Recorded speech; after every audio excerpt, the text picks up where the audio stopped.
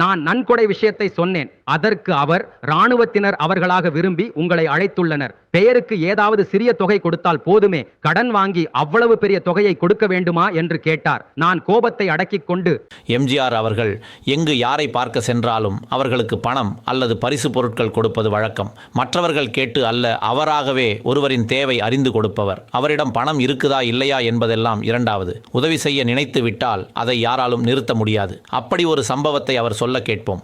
வீட்டுக்கு பூட்டு மாதிரி ஒரு நாட்டுக்கு ராணுவம். நாட்டோட பாதுகாப்பே அவங்க கையில தான் இருக்கு. இதய வீணை படப்பிடிப்புக்காக காஷ்மீர் போயிருந்தேன். அப்போது சில ராணுவத்தினர் விடுதியில் என்னை சந்தித்தனர். அவர்களின் ராணுவ நலச்சங்கம் ஒன்றின் விழாவுக்கு என்னை அழைத்தனர். நான் செல்வதாக ஒப்புக்கொண்டேன். அவர்கள் சங்கத்துக்கு நன்கொடை கொடுக்க விரும்பினேன். ஆனா அப்போது என்னிடம் அவ்வளவு தொகை இல்லை. தயாரிப்பாளர் மணியன் படப்பிடிப்பு செலவுக்கு மட்டும் பணம் வைத்திருந்தார். வேறு யாரிடமும் பணம் இல்லை. அதனால் எனக்கு தெரிந்த சென்னையில் உள்ள தொழில் அதிபர் ஒருவரை அழைத்து பணம் கடன் கேட்டேன். அவர் அவ்வளவு தொகைக்கு என்ன அவசியம் என கேட்டார்.